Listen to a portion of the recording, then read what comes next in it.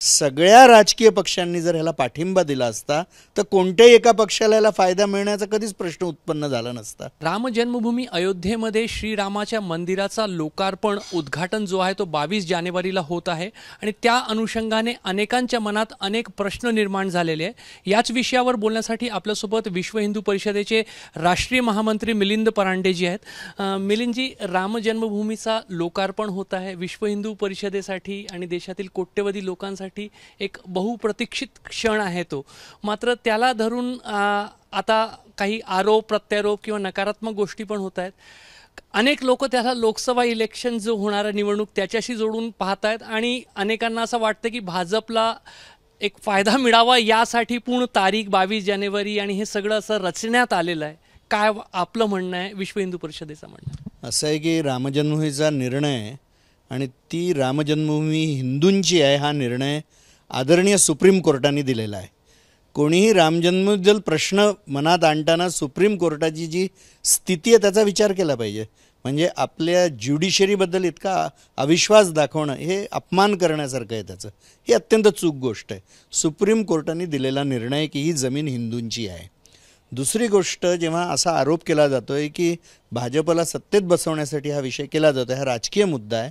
हे आंदोलन 500 वर्षापासून सुरू आहे जवळजवळ आणि 76 लढाया झालेल्या आहे, 3.5 लाख लोकांचं बलिदान झालेलं आहे।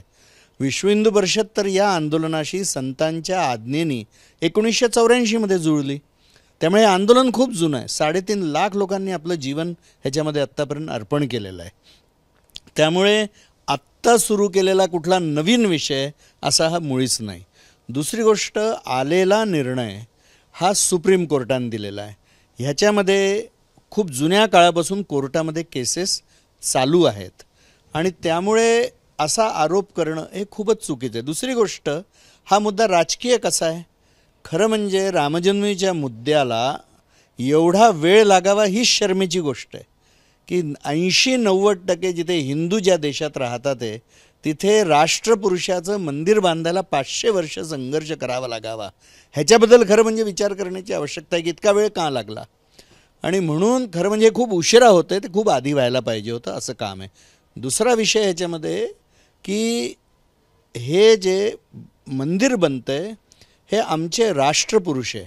आपल्या सगळ्या महापुरुषांनी रामांचा आदर्श ठेवला आहे। आपल्या संविधानामध्ये राम परत येतात ते लंकेतून, ह्याचं चित्र आहे संविधानामध्ये।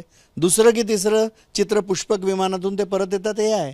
तर जेव्हा आमच्या संविधानकर्त्यांनी त्यांना आदर्श मानून तिथे आपल्यासमोर संविधानामध्ये ठेवलेलं आहे तर हा विषय राजकीय असूच शकत नाही। हे राष्ट्रपुरुष आहेत, त्यामुळे त्यांचं मंदिर बनतं आहे। सगळ्या राजकीय पक्षांनी जर ह्याला पाठिंबा दिला असता तर कोणत्याही एका पक्षाला याला फायदा मिळण्याचा कधीच प्रश्न उत्पन्न झाला नसता। हा राजकीय मुद्दाच नसता बनला। हा राजकीय मुद्दाच नाही आहे, हा राष्ट्रीय मुद्दा आहे, श्रद्धेचा मुद्दा आहे। काही राजकीय पक्षांनी राम मंदिराला पाठिंबा दिला नाही किंवा काही क्षणावर ते विरोधात उभे राहिले म्हणून आज त्यांना असं वाटतंय की हे भाजपला फायदा पोचवण्यासाठी होत आहे, तेव्हा ते विरोधात उभे होते म्हणून आज त्यांची ही स्थिती किंवा त्यांची मनस्थिती अशी आहे असं वाटतंय। रामाच्या विरोधामध्ये कोणाचंच कल्याण होऊ शकत नाही आहे, हे लक्षात यायला पाहिजे। राम मंदिर ज्या भव्यतेचं बांधलं जातं, आपण राष्ट्रपुरुषाचं मंदिर आहे असं संबोधलेलं आहे, पण काही लोकांना ती पोटदुखी आहे की एवढा मोठं मंदिर एवढा खर्च करण्याची काय गरज आहे, हे पण एक अनेकांच्या मनामध्ये आहे आणि ते लोक बोलत असतात। तर असं वाटतंय का आपल्याला की राष्ट्रपुरुषाचं मंदिर तेवढाच भव्य दिव्य असायलाच हवं? प्रश्नच नाही। जर आपण राष्ट्रपुरुष मानतोय तर या राष्ट्राला जे आदर्श आहे, ज्यांनी इथलं जीवनमूल्य जगून दाखवली आणि त्याचं स्वतःच्या जीवनाने ते जीवनमूल्य प्रकट केली, त्यांना दिली जाणारी त्यांच्या स्मरणाकरता बनवलेलं हे मंदिर आहे। आणि हे मंदिर म्हणजे केवळ रामरायाचं मंदिर नाही आहे, हे राष्ट्रमंदिरसुद्धा आहे। कारण की रामरायांच्या जीवनामध्ये आपल्याला सामाजिक समरसता दिसते। त्यांनी निषादराज गुहाला आपलं म्हटलं, 14 वर्ष वनवास्यांमध्ये वास केला, त्यामुळे समाजातल्या प्रत्येक वर्गाला त्यांनी आपलंसं म्हटलं, खऱ्या आत्मीयतेने म्हटलं।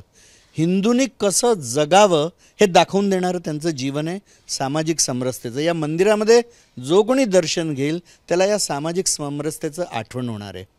त्यांनी रावणाने केलेले अत्याचार पाहिले आणि मग त्यांनी म्हटलं की निशिचर ही न करवू मही, हा शपथ घेतली, तिथल्या तिथे शपथ घेतली. म्हणजे अन्याय जेव्हा पाहिला तेव्हा अन्यायाच्या विरुद्ध उभं ठाकलं पाहिजे, हे साहस त्यांनी दाखवलं. हा हिंदू समाजाचा आदर्श आहे की अन्यायाच्या विरुद्ध उभं राहिलं पाहिजे, लढण्याकरता उभं राहिलं पाहिजे. त्यामुळे हा दुसरा आदर्श आपल्याला दिसतो. रामरायांचं जीवन हे कर्तव्यनिष्ठ जीवन, अत्यंत कर्तव्य कठोर जीवन आहे. आज जिथे सगळेजण केवळ अधिकारांची भाषा करतात आहे, तिथे कर्तव्याचं स्मरण आज समाजाला देण्याची गरज आहे. की चांगला नागरिक म्हणून माझं कर्तव्य काय आहे देशाच्या प्रती, या समाजाच्या प्रती, हे आपण विसरून प्रत्येकजण केवळ अधिकाराकरता भांडतोय. म्हणून भगवंताचं जीवन समोर याकरता ठेवलं पाहिजे की त्यांचं जीवन कर्तव्यनिष्ठ आहे. आणि शेवटी जी जी नाती आम्ही म्हणतो ती सगळी नाती भगवंतांनी जगून दाखवली आहे. चांगला पती, चांगला राजा, चांगला भाऊ, चांगला मित्र, चांगला शत्रूसुद्धा. कारण भगवंतानी कोणाचा वध केला आहे तरी त्याचं कल्याण झालेलं आहे, हे शास्त्र सांगतं. की त्या मुक्तीच मिळाली, म्हणजे असं कोणीच मारू शकत नाही जसे रामजींनी मारलं, की त्याचं कल्याणच झालं, त्याला मोक्षच मिळाला. म्हणजे भगवंताची प्रत्येक कृती अशी आहे की त्याचं कोणाचंच अकल्याण कधी झालेलं नाही आहे. म्हणून एक सर्व मर्यादा घालून देणारे ते मर्यादा पुरुषोत्तम आहे. म्हणून जेव्हा हे मंदिर बनणार आहे ते केवळ एक मंदिर नाही आहे, तर या सगळ्या गुण जीवन दर्शनाचं ते एक दर्शन आहे, त्याचं प्रत्येकाला स्मरण होणार आहे. म्हणून ह्या राष्ट्रमंदिराची खूप आवश्यकता आहे. अस्मितेचा विषय आहे. अस्मिता कशी आहे पहा. दिमासा म्हणून एक कम्युनिटी आहे नॉर्थ ईस्टमध्ये, तर त्यांना विचारलं गेलं की एवढे सगळे लोक ख्रिश्चन झाले नॉर्थ ईस्टमध्ये अनेक राज्यांमध्ये, तुम्ही ख्रिश्चन का नाही झाले? तर दिमासा या जनजातीने असं सांगितलं, आम्ही कसे ख्रिश्चन होऊ, आम्ही पांडवाचे वंशज आहोत. तर लोकांनी विचारलं तुम्ही कसे काय पांडवाचे वंशज झाले?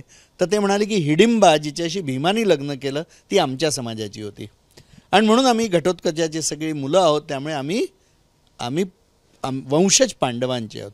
अस्मिता धर्माचं रक्षण करते, अस्मिता आपल्या जीवनाचं रक्षण करते, मी कोण आहे. आणि म्हणून रामजन्मीचं आंदोलन हे अस्मितेचं सुद्धा आंदोलन आहे. मीर बाकीने तेच मंदिर का तोडलं एवढं?